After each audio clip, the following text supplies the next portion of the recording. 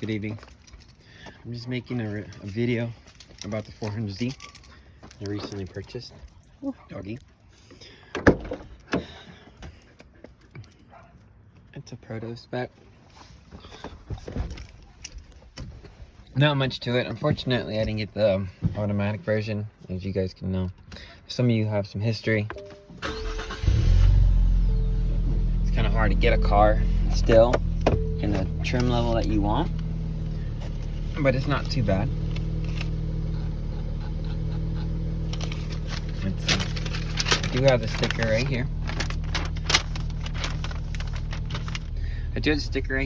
Comes with everything you see. It's 23 Nissan Z Proto Spec 8T automatic transmission. Has your twin turbo 3 liter, 400 horse, 350 pounds of torque, 9-speed paddle shifters. And I bought it from the dealer. They kind of just cropped it themselves, so it kind of just sucks, but it's still a good job. Maybe that'd be a little better. Yeah. Comes with everything that you see.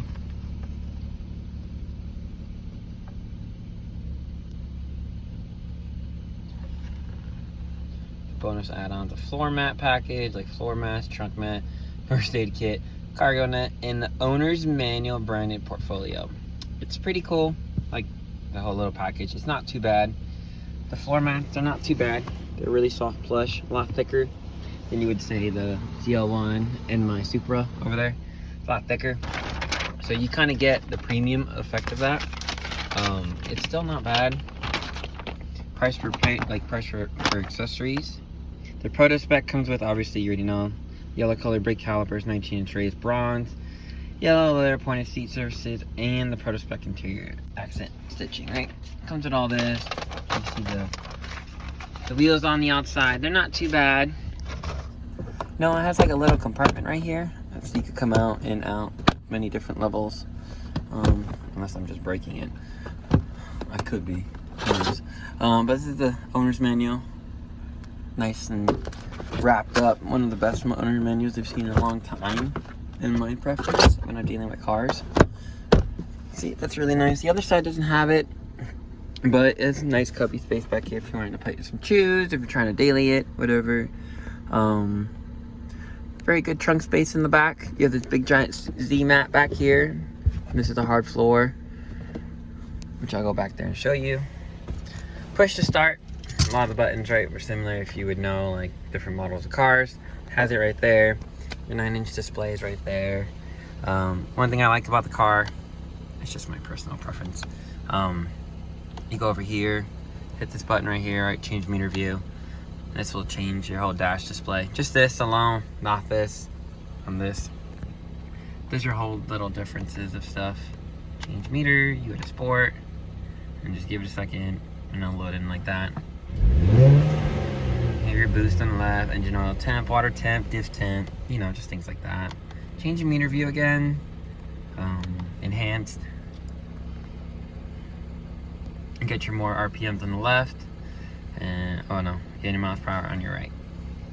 That's it, really. You have your 3 different views. The one I like the most is honestly just the normal one. Enhanced is pretty cool, but sport or normal is usually the best. It comes with Bose speakers. I still prefer the Bose speakers versus the JBLs of the Toyota. The door handles are still good. Kind of a plastic magnesium type thing. You still have your door knob, you still have your knobs, stuff, change your mirrors, stuff, still buttons set from all your Nissan things that they just pretty much recycle. Your knobs are pretty good, they're pretty soft. And you can feel the feedback from them whenever you use them. Automatic. Pretty much automatic climate control, which is really nice. Apple CarPlay, wireless Apple CarPlay. Everything works. It's pretty smooth. It's a lot faster in Apple CarPlay mode, which a lot of the other reviewers have said, which is very true. Here, you have a bunch of space down here for USB-C, USB, stuff down here. It's pretty nice. Right here. I wish there was a wireless charger in this model. They said they're doing it in next year's model. 24s are going to be getting it. So maybe upgrade from there. You do have this little center console right here that everyone talks about that slides back and forth. It works out a lot better, I feel, versus other stuff. I don't keep anything in there. You have a little power plug right here. and that's it. If you need to power something on, it gets a little hairy right there. There's animals. Keep my little Hot Wheels, you know, prototype there just to remember what car I'm driving. Just kidding.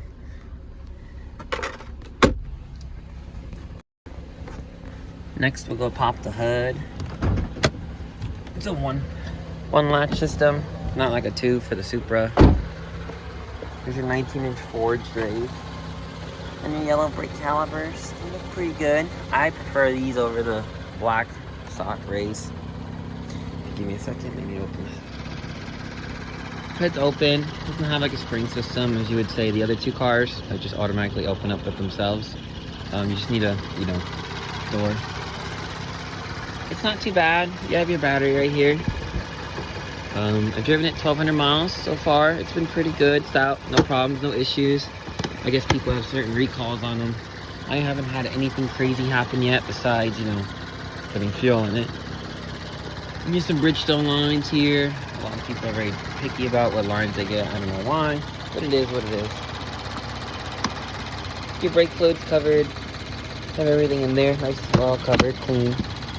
Some inlets, let some water in and out, you know.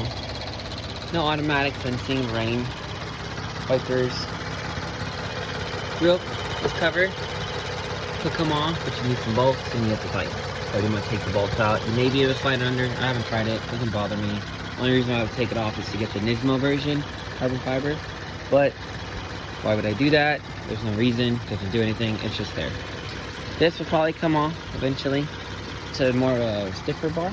And Nismo maybe branded or something a little better aftermarket wise. It's fantastic. It does its job. It's black. It needs what it needs to do. The one thing I would like to tell people is like, yeah, there's a lot of body roll, so maybe changing out a few components, maybe better coils, better tires, better bushings, just little things right here to help compete the body roll. It wouldn't be too bad. But overall, the car is fantastic. It doesn't do anything bad. It's just the problem is just when you're comparing it to more of a track-ready car, like these two, then you're obviously going to be lacking right here in this car, in this department. But if you're not looking for that, then this car is really, really great. It drives really fantastic. The steering's a bit dead though, because you know, it's electronic steering, so there's really no feedback, as you would say, like my Subaru in the back over there. My Subaru is a bit old school. For some of y'all who've driven Subarus, especially STIs, you get more of that natural feedback. I'm only doing this review just to give people a heads up, because you know, you can't go to a dealership and drive one, even test drive one. Even if you wanted to, they wouldn't let me or anyone test drive one, or even if I had the money, they asked me for a pre-approval and things like that. Especially for like that car or this car, you have to have a pre-approval just because of, you know, they're like, oh, you can't drive it, can't do this and that. Like, I understand that. I do understand that. The sound's a bit dead. If I could change out one of the things, it'd probably be the exhaust. The exhaust would be really great to change out. Some of you have asked me to do this review. I'm just doing it just to help each other out, just because like it does tend to be hard to like test drive a car nowadays and actually get a car, just because there's not many around, or they're just probably holding them back. I don't know. It's just my 2 cents. When I got this car, I wasn't able to test drive it. I had to buy it off the showroom floor. I did pay a little more for it just because it was a Proto Z, Proto Spec Z. So that was okay with me because there's only 240 made. So I'm like one of them in the whole US. So that was kind of nice. Just alone, just to pay a little extra just for the wheels. And obviously the calipers, yeah, they're just painted yellow and things like that. But the wheels is really what set it off. So that's what I went for it. I never test drove this car before I bought it, so that was a bit different for me, just buying a car and actually not test driving it. But overall, it's a great solid car. If you're looking to daily drive something, I would do a driving video and such, but unfortunately it's kind of hard because I'm only recording this on my phone. It has really good pickup speed, really good acceleration, shifting is really great. The 9-speed is just almost as comparable as the 8-speed ZF. You don't really notice a difference, honestly, unless you put like a sport mode between each other. The Supra has like an 8-speed ZF that's hard hitting, almost wants to throw your neck back. It's almost as if like, oh, let's just make it hard. Nova, with it throwing your head back and stuff. So it's a bit hard hitting. This one's very smooth, very seamless, just like the 8-speed ZF from my old Supra. The reason why I keep comparing them both a lot to each other, because they're like legit like the only two sports cars I've owned. The ZL1 10-speed is fantastic too as well. They're all fantastic, all automatic transmissions. It's fun playing with the paddle shifters too, as they are GTR magnesiumed as well. So that's like the coolest part about this paddle shifters out of all the cars I've had. These are just come straight off the GTR magnesium. They're pretty fucking cool. As you can tell, that's my fuel mileage just driving. It's not as great as it would seem, but I'm usually averaging like 22 miles to the gallon, honestly, on premium.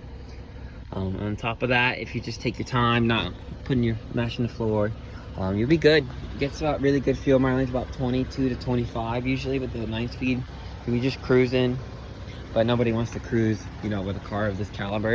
You kind of want to just, you know, hoon it and just go. The rear end likes to slide out a lot as well.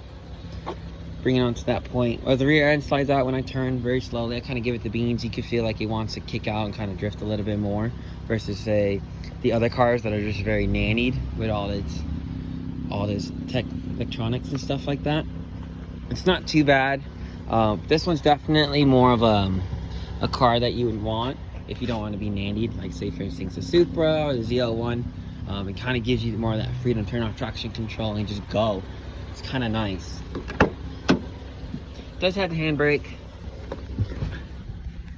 Does have a handbrake, so that's really nice, the old school handbrake. It doesn't really matter if you want the button or not, it's just a personal preference. It's just kind of nice that they brought this back. If you were to go to sport mode, which is right now, it's in standard mode, and you can see it right there. You flip it up in sport mode, nothing changes, nothing crazy. It's just that.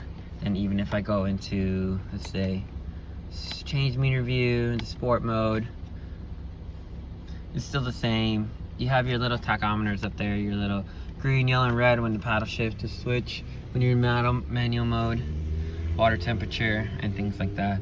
Pushing this car a little hard, as you can tell, only 1,200 miles on it. It does really good on heating. It stays nice and cool, doesn't do anything crazy, does not want to overheat, it's not kicking on fans randomly. It's properly, very well cooled. Everyone makes fun of the front grille inserts in the front because how massive and big they are. It's fantastic. That's what it needs to do. It does everything. You're just pushing a V6 twin scroll. You can see it. I can only go up to 4,000, like 4,500, 5,000 RPMs. If I put it in neutral, maybe I might get something out of it.